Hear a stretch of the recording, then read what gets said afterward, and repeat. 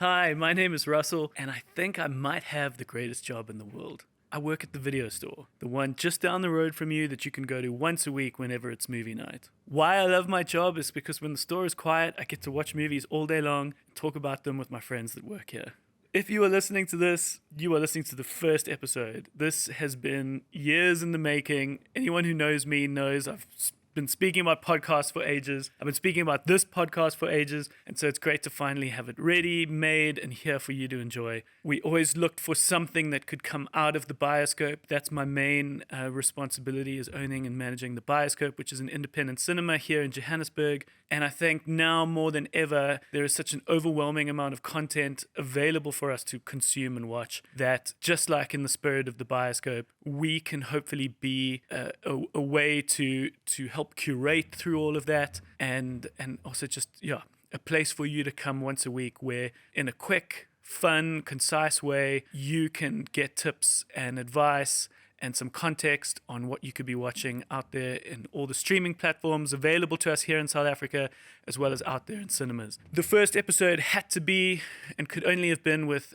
my good buddy Cole. Pre-pandemic, we were movie-going buddies. We would go and watch movies at every opportunity we could. During the pandemic, we were housemates, and we just watched movies all day long. It was absolutely fantastic, and I really wanted him to be a part of it. So there's going to be characters that are the people that work with me here behind the counter at the video store, and Cole will hopefully be a regular that you'll come to know and come to enjoy. A really smart guy, and I just really appreciate his opinions and insights on things. So let's not waste any more time. Thank you very much for coming. We hope to have you come back every time, and just hopefully this can be something that you can enjoy.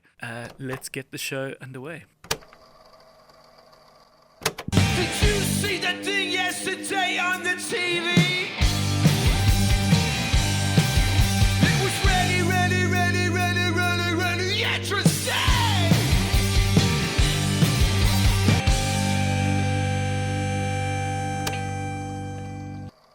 How's it, man? What's up? How's it going? Absolutely fine. No complaints. Weird dreams. Weird dreams? Yeah, but difficult to get up. Yeah. What do you mean by that? What kind of dreams are you having? I don't know if I want to talk about them on a platform that will, like, With the write with them the in film ink on and, the internet. With the Film and Publications Board, give them an age restriction. It's more in the realm of something just being abstractly weird than naughty.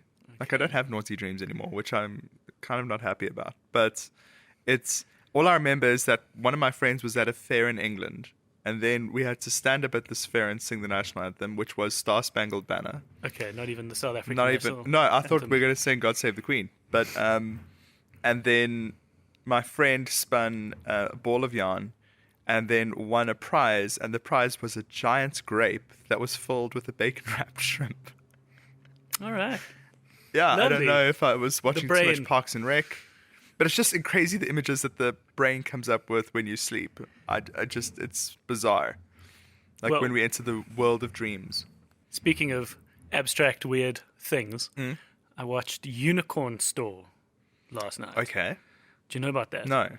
It's a Brie Larson film. She directed it. Okay? Oh. Brie Larson, as in Yeah, Captain Marvel. Captain Marvel.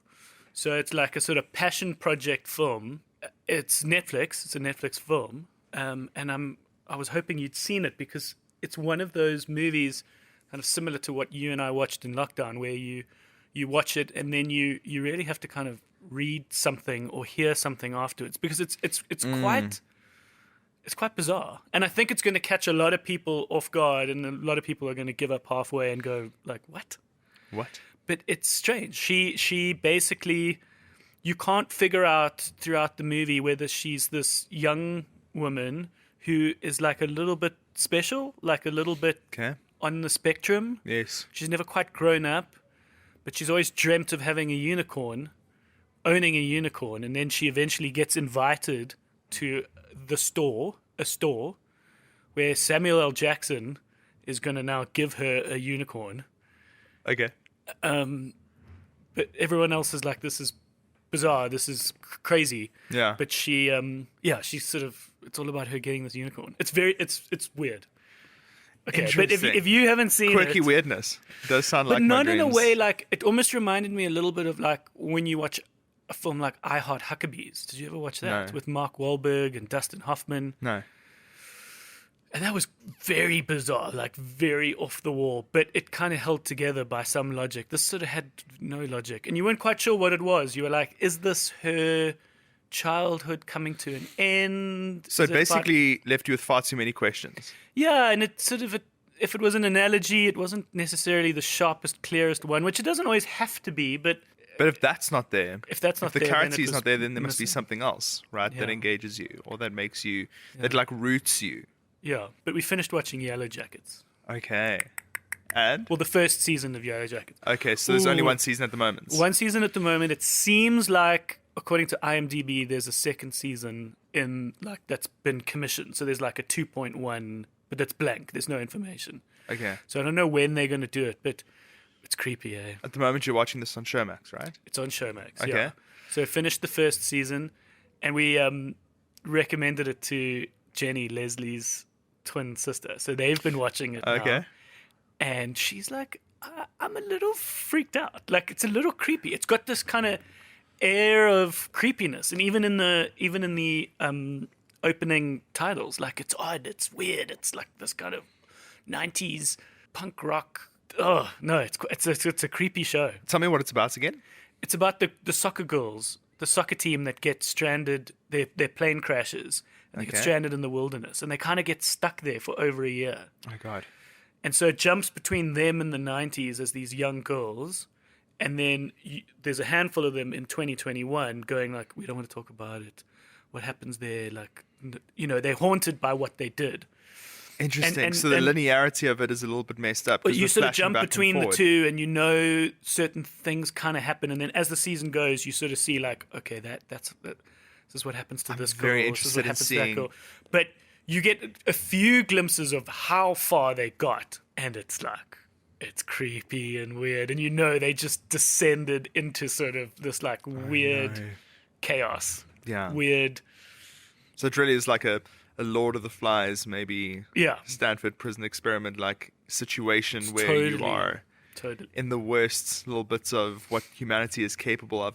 I'm really interested in seeing how that handles flashbacks and flash forwards, because Lost is kind of, it's that show that everyone argues about. It's the And- show I've never watched. Really? I never did Lost. I'm one of those people that adores Lost. Okay. And I think that I'd argue with the people that say that they didn't answer any questions and say the show is called Lost. You're not meant to have all the answers. You're meant to be a little bit lost. Yeah. And it does flash forwards and flashbacks in the most insane way.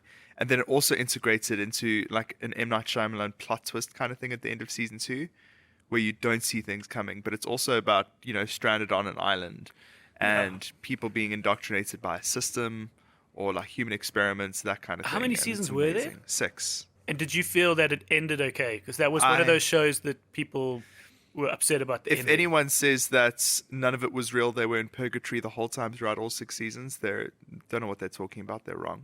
That's what a lot of people complain about, is that as soon as That's what people thought. they didn't understand it. They didn't understand. Well, they thought the whole series didn't happen. And I don't want to give away too much, but the final 2 episodes had me crying harder than like The Fox and the Hound. And that is... Todd and Copper. You want to be friends? Oh, that's hilarious. Okay. All right. Interesting. Yellowjackets. But Yellowjackets, it's one of those ones. I remember seeing Stephen King talking about how Juliette excited Lewis, he was. Christina Ricci. It's kind of what a plagued me. cast. It's kind of stuck with me, and that's the one thing that I will forever take away as like number one film criticism or sort of content criticism that I learned in varsity. Like literally after 5 years, one of the things that really stuck with me was Leon van Nierop, the film Yeah, critic saying for... it has to leave you different to how you came in. You got to be angrier or sadder or more excited or more motivated or hornier even. It's got to change you. The worst thing that could ever happen is you finish watching a movie or you finish a show and it just like leaves you cold and you forget what you did that morning or you forget what you did the night before. Then that's a sign that this movie is is just not there for you. Not It's going to leave an impact on yeah, you. Yeah, so Yellowjackets, it just sticks with you. It kind of creeps you out. Leslie says she's afraid to, be in the TV room by herself. And it's not even Crazy. that scary. It's not even that scary. It's just got this like kind of Unsettling is it the just word. unsettles you. Yeah. I remember my friend Graeme was talking about how The Exorcist is the scariest film he's ever seen, not because it has a lot of jump scares or it's overtly terrifying, but because it is unsettling. Yeah. And that's the kind of horror that just makes you afraid to sit in the TV room at night by yourself. That is insane. Yeah. No thanks. Graham could hopefully work here at the video store. I think he could. I think he knows. He tends to know a lot more than I do about a lot of movies. But it's not always about knowledge. True. As we know this. No, this most is certainly. This is more of a QI than it is Who Wants to Be a Millionaire. Do you know what I mean? It's more about I want to hear the Yes. interesting thoughts someone has, Okay, I see. as opposed to And we're just teaching the each other facts, things, right? But speaking of game shows, have you watched Bullshit on Netflix? No, I haven't watched Bullshit. Oh, it's interesting. Yeah. It's really interesting, and it's on a bunch of reasons, and I'll tell you why. So the number one thing is that it's a new game show on Netflix, hosted by Howie Mandel, the pop idol, stand-up comic. He's done a bunch of game shows. The point of it is you get a question. If you don't know the answer, let's put it this way. You get a question, you've got to answer it. The moment you answer it on your own, you get told on the screen if that was true or false. So you know whether you're right or wrong. But then what you have to do to a bunch of challenges, 3 challenges, is you've got to bullshit your way into having them believe that you know the answer. Okay. So you make something up, or you know the answer and you So you're explain either it. arguing for the truth or you're arguing for a falsehood. You just have to convince them that you know the answer, whether you got it right or wrong. And if they believe you, you move on and get more and more money, and you work your hopefully way they to don't $1 know the million. answer. So you could win $1 million on a quiz show by not knowing any of the answers. Crazy. It's just So that your it's cool. skill. It's really interesting, and Wow. And what you might find interesting is they've made this show knowing it's going to be binged. So it doesn't even start and begin. It's not even like they sort of encapsulate one round in an episode. They just go, okay, and you'll find out on the next episode, and then Wild. it cuts to the next episode. They know that no one's going to watch this episode for episode. They are going to binge. No one's as much scheduling as this like possible. once a week.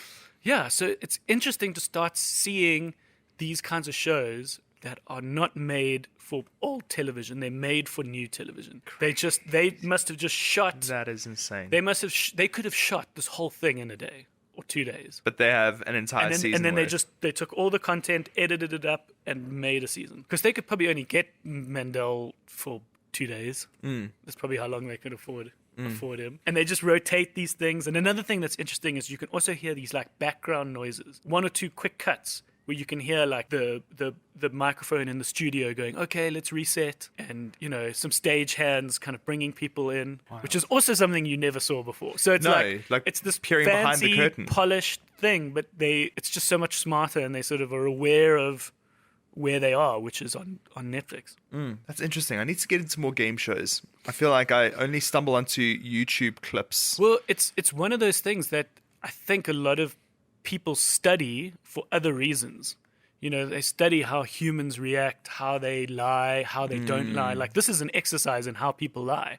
Exactly. all Like that rooting stuff it and of- lying is amazing. All that whole thing, like you look up to the left because that's the creative side of your brain. Like, none of that's true. Like, people know how to lie. Yes. But there are certain things that they, could never get away with. And we know now that, like, a lie detector can be beaten. Yes. That's what Ocean's 11 told us. Yeah. Don't know if it's true, though.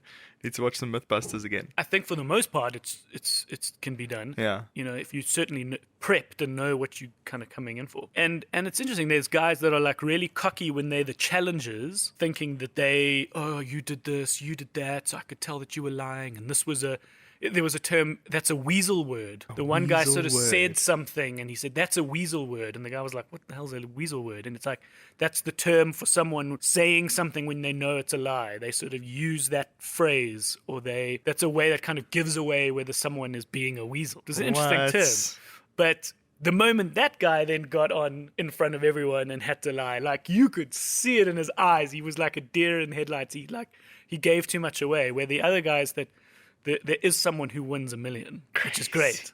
And I'm sure the show producers were happy that there was an episode like in the season where someone actually went as far as $1 million.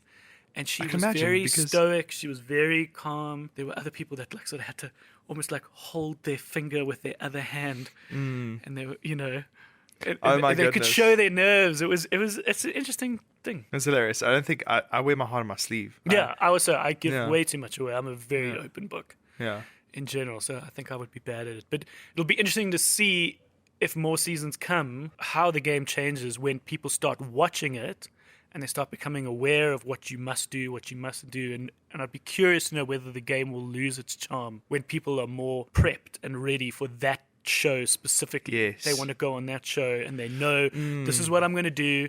I'm going to nod here. That's going to have people believe this and that. It's interesting. When people know they have a good poker face and then hear about the show and they're interested in going on. Yeah, so it's interesting. Very, very interesting. So that got consumed way too quickly and easily, but it was a nice break from girls kind of hunting and kind of eating each other. I don't want to give too much away. What have you watched? Cannibal Apocalypse or Holocaust. I saw that you watched. Hyper-violent movie. You watched Red 2. What did you watch? What have you watched this week? I think I've been trying to find comfort food equivalents of movies recently. Okay. Just because I'm dealing with some other stuff, so I don't want heavy things. I've got something for you then. Okay. But continue my thought. So, I mean, it was Edgar Wright's birthday, I think, on the 18th of April or something. So I watched Shaun of the Dead again for the first time in a few years. And I can kind of see a little bit through it. I don't engage with it as much, but still hilarious. One of my favorites. And then been watching stuff like the Total Recall remake, Red 2. Just Total Recall, the one with Colin Farrell. Yeah. Okay. Yeah. I think completely missed the mark of what made Paul Vanderhoeven directing Arnold Schwarzenegger cool. Yeah. That movie starts with Arnold being sucked out of a vacuum onto the surface of Mars. Well, not a vacuum because he's not in space, but whatever atmospheric pressure is playing a part there. Onto the surface of Mars, and his helmet breaks, and then his head like explodes. You see Arnie like going, and then his eyeballs expand out of his forehead. It's an amazing practical effect, but then it's like the goofiness of the 80s that works so well in the setting. And the one guy's got like a vagina face. Well, I remember the three boobs. That's all I remember. Yes. And I remember the woman exposing the three boobs, and the guy going, "Baby, you make me wish I had 3 hands." That's the charm. That is the charm. Yeah. And then this has none of it. So I think Colin Farrell's a great actor. But yeah, Red, I feel like did an interesting thing and tried to be a quirky comedy film. And these interesting little postcard title cards that they were doing for each of the locations that they went to. It was really interesting to see the whole retired, extremely dangerous dynamic. Okay. Of Helen Mirren, John Malkovich, Bruce Willis. And then I feel like, and you have to have an element of fun with that. You're watching a whole bunch of retirees be badass action movie stars. And then I just decided that I'm not here for it. Because that could hark on sort of the old 80s. Exactly, like maybe it's going for Rambo and we haven't Commando seen it, and all of those. So we don't know. Yeah, but otherwise, nothing particularly interesting. I think I started watching Bob's Burgers because everyone tells me it's one of the best shows. I did start watching that at one point, and I must say it didn't disappoint. No. There's a movie coming out soon. Oh, There's a Bob Burgers movie. So perhaps it's good to dive into that now so that you'd be ready for the movie. Yeah. But you got into it. Yeah, I got into it. I think it's an quite interesting sort of dynamic. Deadpan, quite low key. Yeah, exactly. And trying to separate the lead actor's voice from Archer because it's the same voice actor that plays Bob. Okay. Yeah, and I never really watched much Archer. It's gold. It is absolutely hilarious. If you're looking for something that's a really humorous take on meta commentary that's not trying to tell you that it's meta, I think that Archer is excellent. Okay. It's really funny. Love a good smart humor. Yeah. And it's funny because smart humor often presents itself as very stupid. Yes. And someone could come in at any moment and think, okay, this is a bit stupid. But it's actually really smart because it's aware of how stupid it is. Exactly. You have to embrace the silliness of it. Yeah. I think. As soon as silliness is above a veneer, or that is the veneer above something like really intelligent, then I think it's interesting. It's like when I watched Wisecracks, the Philosophy of Rick and Morty video, and describing how Rick and Morty is quite philosophically profound, it just kind of blew me away because when you're watching cartoons, you're not used to really turning on that part of your brain that's thinking very critically about what you're seeing. You're seeing Mr. Poopy Butthole or something like Rick and Morty. And then all of a sudden you realize, oh, this is actually a really profound show. So that's a highly recommended video if you haven't seen it. Okay. Yeah. See, I've missed the Rick and Morty bus. Like I watched 1 or 2 episodes. I was like, okay, I get it. I could see why people would find this funny, but I didn't sink my teeth in it. Interesting. I would highly recommend. Okay, must I push on? I think push on. Okay. Well, I've got a movie for you. Speaking of sort of smart humor, it takes you a little bit by surprise. It's a film that's got Jermaine Clement in it. Amazing. Flight of the Conchords, and it's called People, Places, Things. Okay. And it's one of those tiny little indie films which is sitting deep within your Netflix. Oh wow, it's a Netflix film? So I found no, it's like now on Netflix. Oh, okay. And not commissioned by Netflix. Okay. And I found it interesting that Netflix has got an infinite number of categories. And I know that the people at Netflix spend ages creating, even when they don't even have films that could fill these categories. They've just tried to create as many different subtle, interesting, niche categories that they can start putting their films in. Because it'll all help the algorithms. Yes. This one's not that niche, but basically I found it interesting that there was a category on my Netflix for 90-minute films. Really? There is? Yeah, and it was just called 90-minute films, and it was filled with comedies, action, whatever, but it was the fact that you can watch it in a succinct amount of time. That is absolutely amazing. Because we're getting to the point now where we can everything is 2 easily hours. hammer 2 hours, easily go over 2 hours, like not even. Exactly. And so this film was in that. And it was kind of cool because there was an afternoon in this long weekend where we were like, yeah, let's watch a movie, but we don't really have too much 2 time. hours.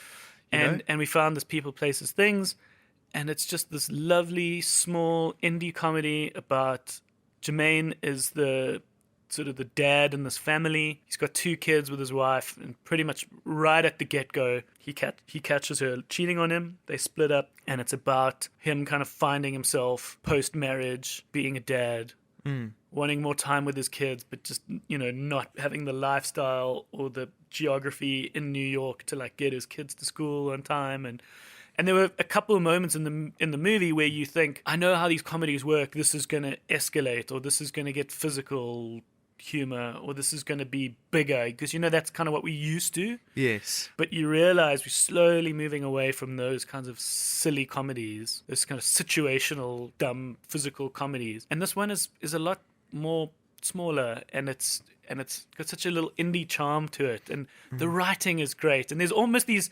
Napoleon Dynamite-y kind of moments when they sort of speak to each other, where it's like, this is all about, like, nobody really talks to each other like this, but you get it in this universe, you get it in this world, and the dialogue was great. And I just think it's one of those films that is just such a refresher, it's such a palate cleanser. That is amazing. And most importantly, and I'd like to believe this is what the video store can be about, is about digging out those little gems that you might not have seen. You might not have seen, you might not be served, people might not necessarily be watching it or talking about it yet, but because that's the best way to market films. Because I mean, like, half the time I think we're going to enjoy films that our friends would watch, that our friends would like. It's often, I think, more than less, we're going to find something that we're going to find a common interest in. And there was a film that you kind of reminded me of now, but it's been too long since I spoke about it, so I can't remember what it was. But it's talking about little, and it's not a little indie film. I think it won the Palme d'Or at Cannes. But sometimes those could still be little indie films. That's what's so strange. Yeah, exactly. I mean, I suppose you're right. But there's a Japanese director called Hirokazu Korida, and he made a film a while ago that was also, so he's won the Palme d'Or twice, from what I believe. And there was a film he made called Nobody Knows, which is about child abandonment in Japan. So it's like one of the heaviest films you'll ever see. So if you want a good time, don't watch Nobody Knows, because it's about a mother that leaves her four children in a home by themselves. And it's very much like that, that very lazy indie camera that's floating around. Yeah.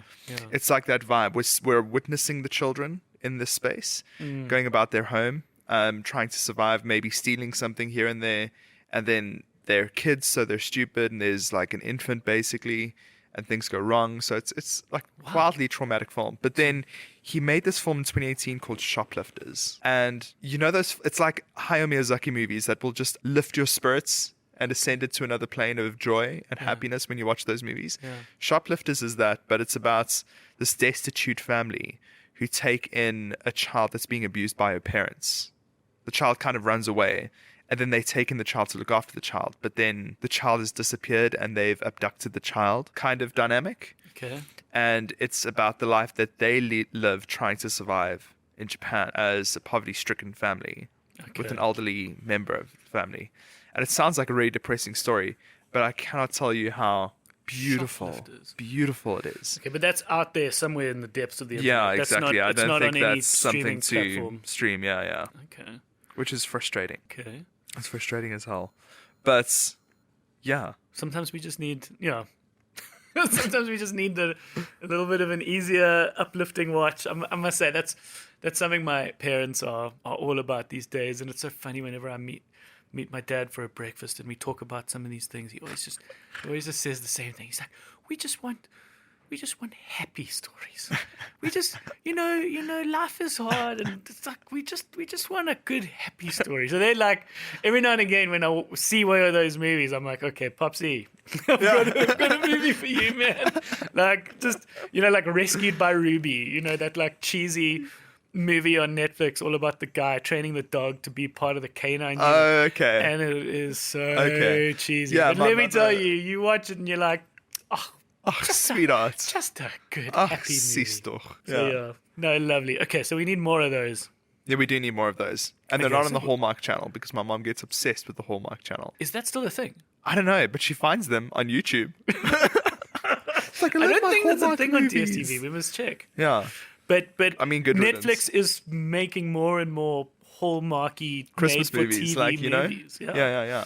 And it's kind of the place for There's a those market kinds for of it. things. Oh, 100%. Yes. Have you ever seen the collection of all the Christmas movie posters and how they all are exactly the same? Oh, yes. Yes. The male and the female are always in the same sort of place in the poster. Yeah. The one is always wearing green, the other one's always wearing a red jersey, and they're hugging each other. And there's like 20 or 30 of them, and they are exactly the same. It's like looking at epic romance posters from the noughties, like Notebook or Me Before You, something like that. It's always the two faces looking at each other in the rain or in the sunshine. Yeah, lovely. All right, okay. What are we going to watch this week? You're going to try. I'm going to go Yellowjackets. watch The Lost City at Stekenical with Sandra Bullock. Oh, That is out. I want to watch that. Yes. Let's go watch that. It's date night with the boyfriend. Oh fuck. Okay, sorry. So I mean, you totally can join. You can double dates. I want to meet him. Yeah. When are you It's going? double dates. Tomorrow night at Cresta probably. Or Rosebank, I'm not sure. Tomorrow night, Wednesday night. What time? Probably the 8 o'clock show, I think. I could try and make it.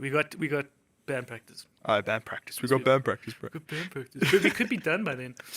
I want to see it. It looks great. It looks amazing. I just want more Sandra Bullock comedy because also the boyfriend, I need to stop saying that, Say boy. introduced I like me that. to Miss Congeniality, which I'd never seen before. It's a lovely movie. It's amazing. What's your what is it? What is your favorite day of the year? Or what's your favorite day or something? And she says she's in the beauty pageant. Yeah. And it says what's Oh, your most ideal date? Yes, that's the question. He goes, "What's your most ideal date?" And obviously the question is about like what would be your perfect date? Yes. Oh, it's like what would be your perfect date is the question. Yeah. And she goes, I would have to say April 23rd because it's like not too hot, but it's not too cold. And that's iconic. All right. That's the show. If you've made it this far, you are a bloody legend. And we hope to keep you close and to see more and more of you over the course of this exciting adventure that we have going for us. So just to give a little credit, my name is Russell Grant. Today I was joined by Cole Matthews. The video store is engineered by Graeme Hackney. And you can very soon see us at thevideostore.co.za, but nothing is there as we speak. But follow us on all the social media. We are the Video Store Pod on Instagram And we've set up a nice little Facebook group. We are facebook.com/groups/the video store. Let's have a little chat there. Let's get a little community going. We'd love to hear from you, what you think about the episodes, as well as what shows you're watching, so that we can get into those and have ourselves a little dialogue. Thank you so much, and we'll see you on the next one.